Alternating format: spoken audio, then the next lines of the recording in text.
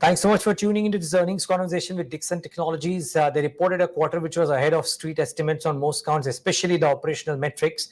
And as I read reports, talk about how change in sales mix, operating leverage, cost optimization, and efficiency measures across a bunch of business segments, and of course, price hikes across the ODM portfolio. Multiple factors contributed to them delivering an EBITDA margin performance of 5.1% in Q4 versus consensus estimates of 4.7% and versus, I think, 4.2 or 4.3% in the corresponding quarter last year. So they've ended the year on a high, both on, I reckon, the order wins that they would have had or the clients that they would have added to the portfolio and the operational metrics. Let's get in Saurabh Gupta, the man behind, I believe, the key factor around the numbers, to talk about that. And of course, what is it that they're penciling in for not just FY24, but maybe the quarters ahead. Saurabh, great having you. Thanks for joining in, and congratulations on a good quarter.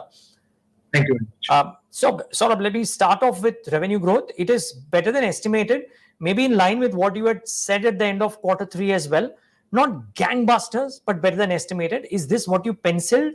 And would you believe that the quarters ahead on the growth front would be better than what you've done in, I'm sure better than what we know in Q4, but could it be better than what you've done in FY23 or FY22 since we are at the end of the year? No, I think so. We should have done slightly better. Majorly, there was a miss in our mobile revenues that was reflected in our Q3 results. Apart from that, broadly, in all of the verticals, what we had budgeted for, I think so we had broadly met our targets. I think so mobile, there was a miss majorly because of the global slowdown. The global shipments got impacted for our anchor customer. The domestic markets got impacted. There's a big slowdown in mobiles, and there was a dependency on one customer. Now, going forward this year, clearly we are looking for some large customer account acquisitions in this category. And this is, of course, the major trigger for our growth. So by second half of this financial year, we should have those revenues coming in from those large customer accounts. So that would de-risk dependency on one or two customers here. And clearly the order book with existing customers are also increasing. So my sense is this year should be a good, strong revenue year for us. And I think so we should start seeing that kind of growth reflecting from Q2 onwards, because first quarter, again, Q2 onwards, where you see the festive sales also coming in, and also with more client additions happening across verticals, and especially this large accounts in mobile, will help in driving the growth for this year. Okay. Now, you obviously, by virtue of all the PLI schemes that you guys have signed and thereby the expanded capacities, one expects you to growth. When I hear you say good growth, I say that, hey, that is a given when it comes to Dixon. So the question is, what's the extent of the good growth that one should anticipate?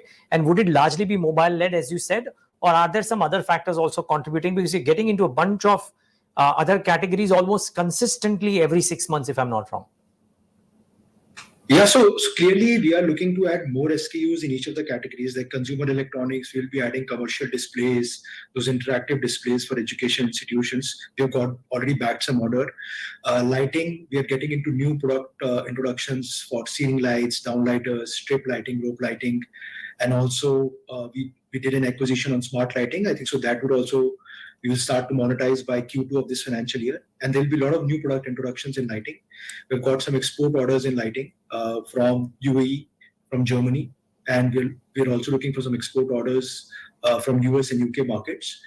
Now, if you look at washing machine, our washing machine on the fully automatic washing machine side is now gradually getting stabilized. And over the next few months, we'll add more customers in that category. So that vertical should continue to grow. But a major growth would come from mobiles. So I think so outside mobiles, I would say anywhere between 15 to 20% growth. So some verticals like TVs and lighting should grow around 15 to 16%. Washing machine potentially around 20 to 25%. And then mobile category, we are looking to almost double this revenues on account of this large customer account, large customer account acquisitions of this largest of the. Got it. When you say mobile, does it also include telecom and networking equipment? Because there you have this solid JV with Bharti, and that there you're getting some orders. So does it include telecom and networking as well? No, telecom and networking is out. We have a JV with Bharti Group. There also the order book with Airtel is going up. We've got some large orders on SD Zapper and Android set-top boxes there.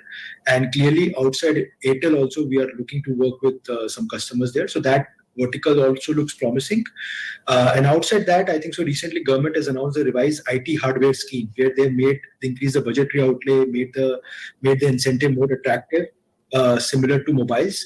So that vertical also over the next few months, we would sit down, analyze, talk to the potential customers, and there also we think the revenue potential can be higher this year as well as next financial year.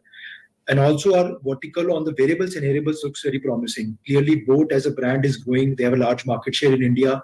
They have significantly increased the order book. We have a JV with them.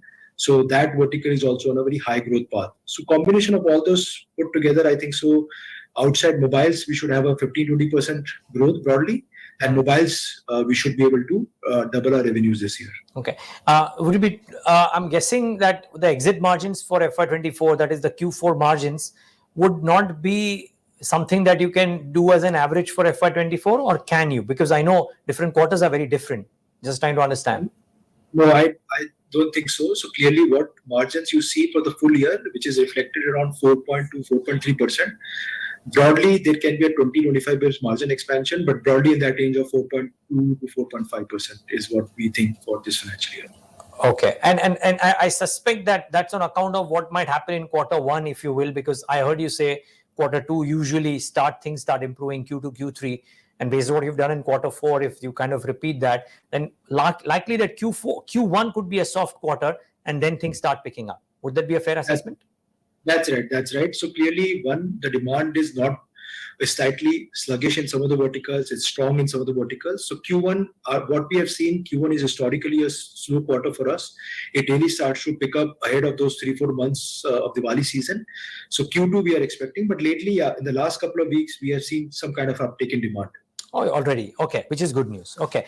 Now, a note that I was reading, Saurabh, said that they've expanded your target multiples. They say that the expansion of the multiple reflects the structural improvement in profitability on account of increasing share of ODM business going forward.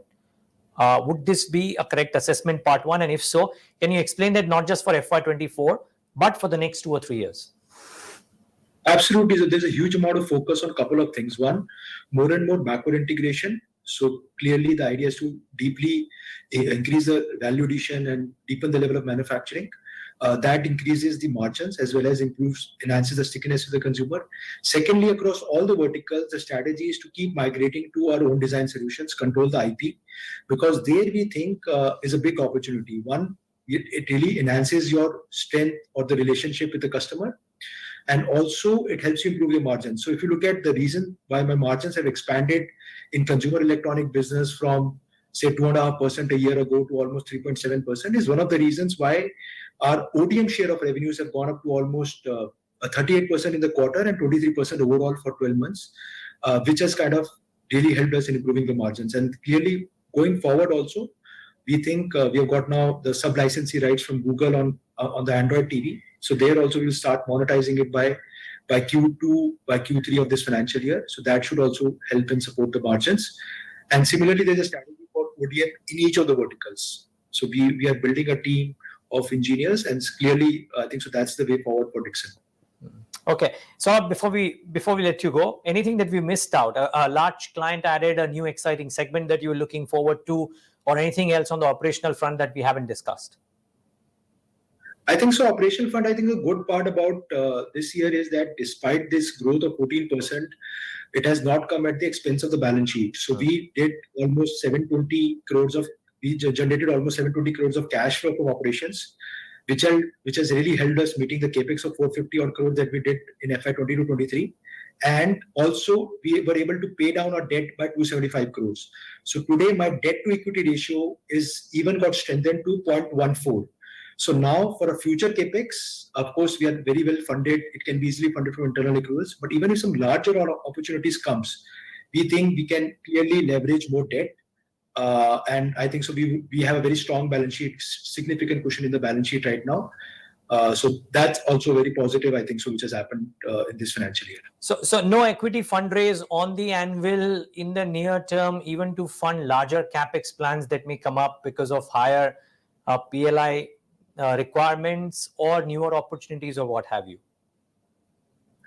Yeah, so I think so 400, 500 crore can be easily funded from the internal accruals. Yeah, if tomorrow some large brand comes and they for that we have to put a capex of say 1,000 or crores, then I think so we may need to evaluate for a fundraising. But as of now, I think so whatever capex opportunities are there, we are well funded for. Great. Saurabh, keep up the good show. Thank you so much for speaking to us, and all the best for the quarters ahead. Thank you very much. Thank you. Thank you. And viewers, thanks for tuning into this conversation.